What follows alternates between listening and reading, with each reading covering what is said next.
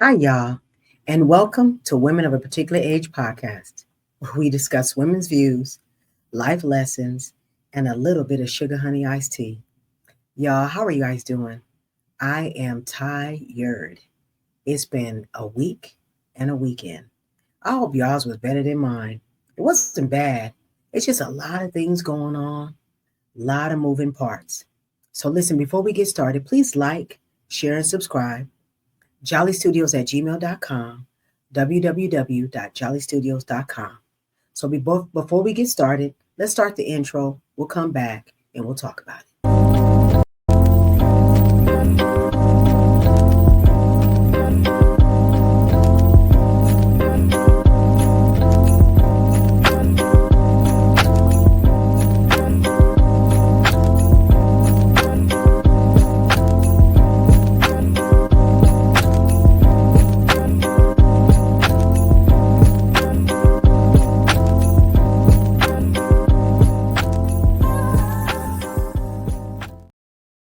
What up, what up, what up? Y'all, I'm sorry I sound like this, but I'm very, very tired. But there was no way that I was not going to get on here and make sure I talk to you about the topic I wanted to talk to you about because I know some folks out there can relate to it and also discuss this movie that I saw. So before we get started, what do?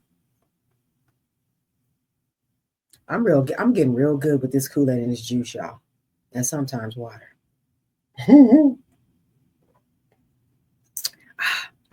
But today is cranberry juice, so it's real good.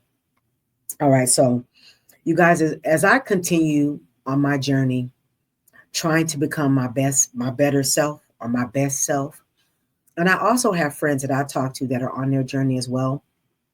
There's there's certain topics that come up or certain things that come up in my mind, and I try to come on here because I want to talk with you about these topics because I want to see if there's other people who can relate with them.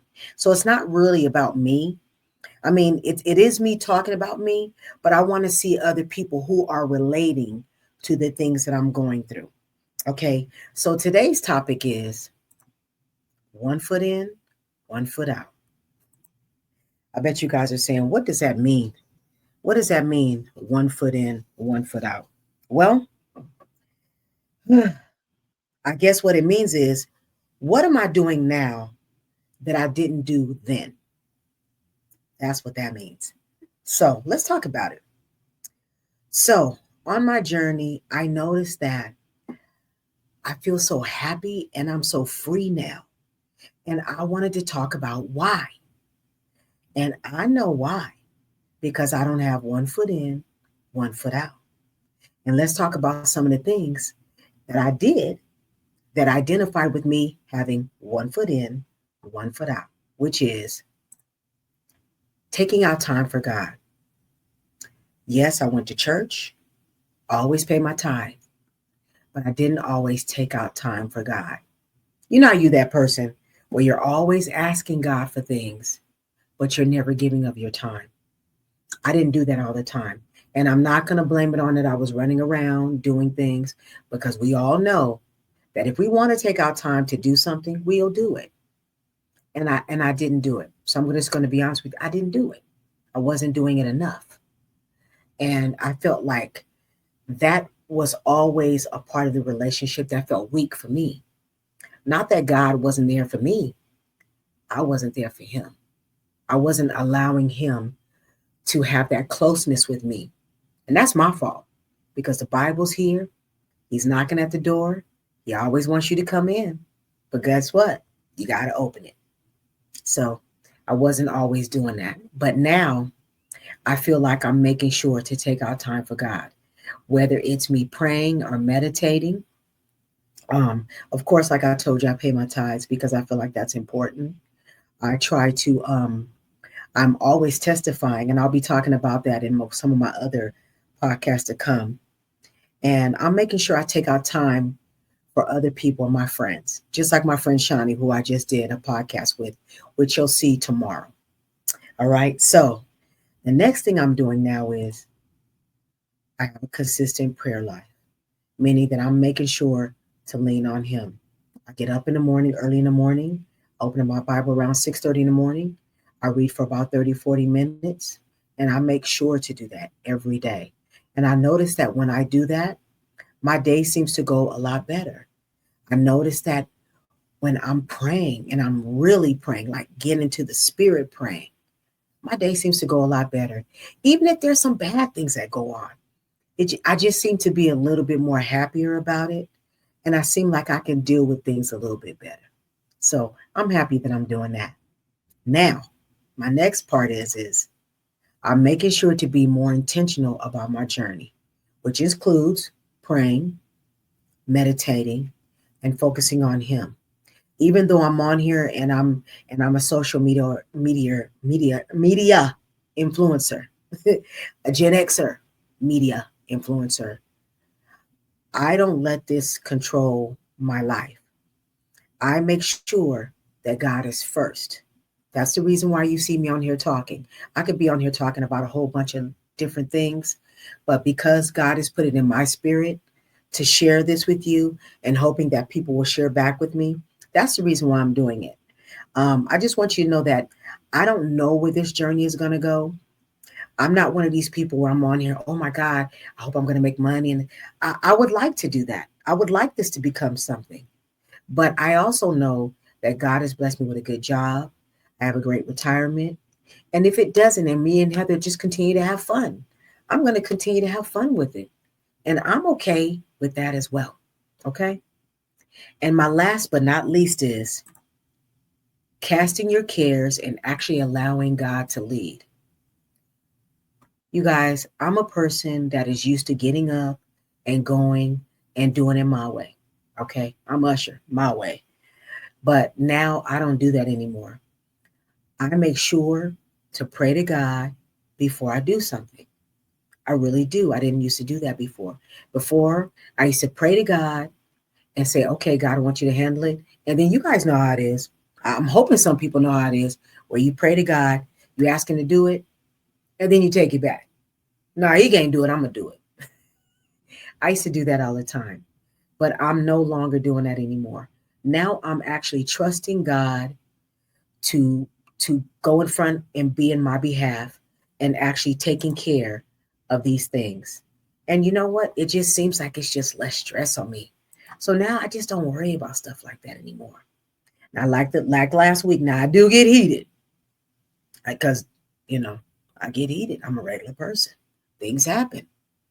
But I think that as time goes on, I know that I will get better and better and better.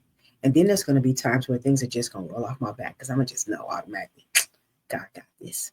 And I know that He does, but I'm still human and I still revert back. We fall down, but we get up. So, let me stop playing. So sometimes that happens, but no matter.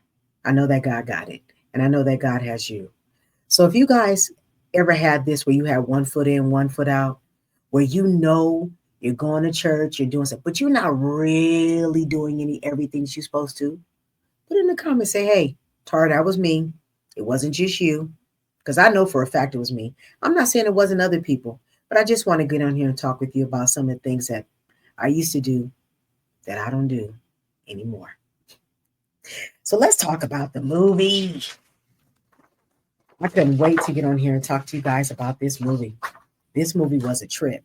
And the name of the movie is Netflix Con Mom. Let me find you guys a picture. Y'all, this movie was a trip. Here we are. This is a Netflix movie. It is an hour and 28 minutes. And the description of the movie is Con Mom explores the true story of the MasterChef star Graham Honegold and what happened when a woman named Donnie, or Donna actually, contacted him out of the blue claiming to be his mother. Y'all, let's talk about this movie.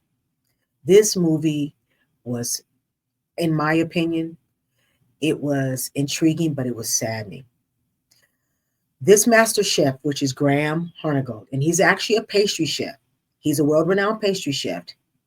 I think I don't know if he's a Michelin star or he's a Michelin nominated chef, but he is a pastry chef that lives in London.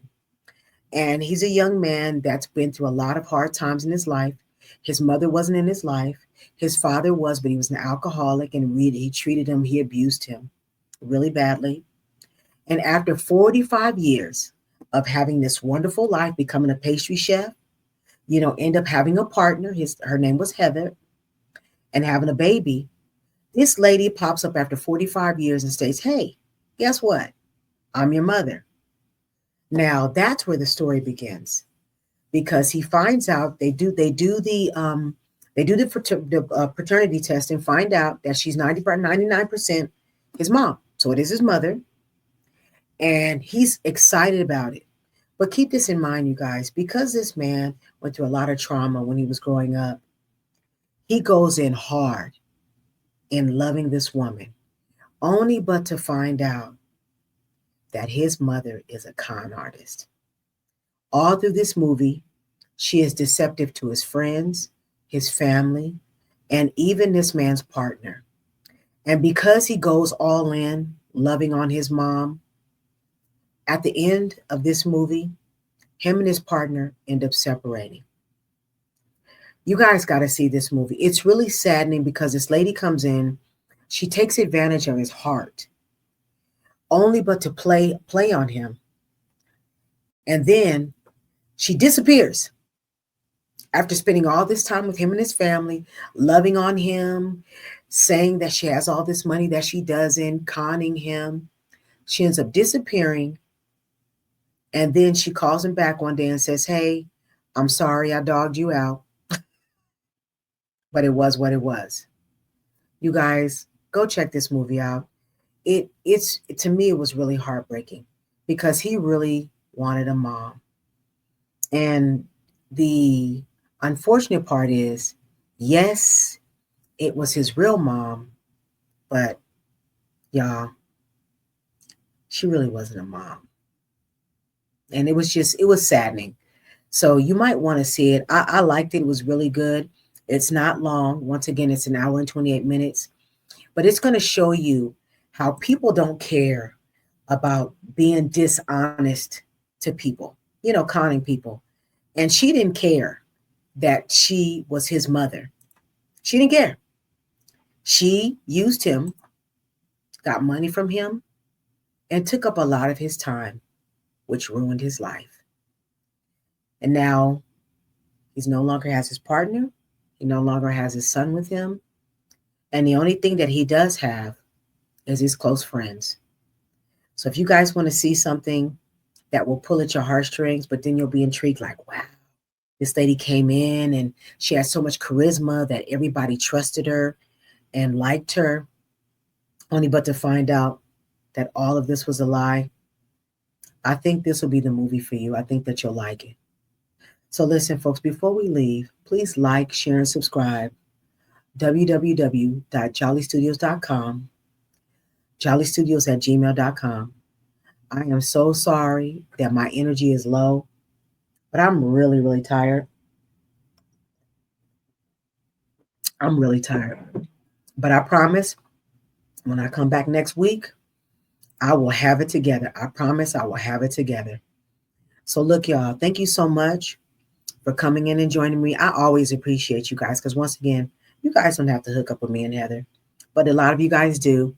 You listen to us, you make comments, and we appreciate that. So thank you so much. And I hope to see you guys next week, and take care of yourselves. God bless you. Peace.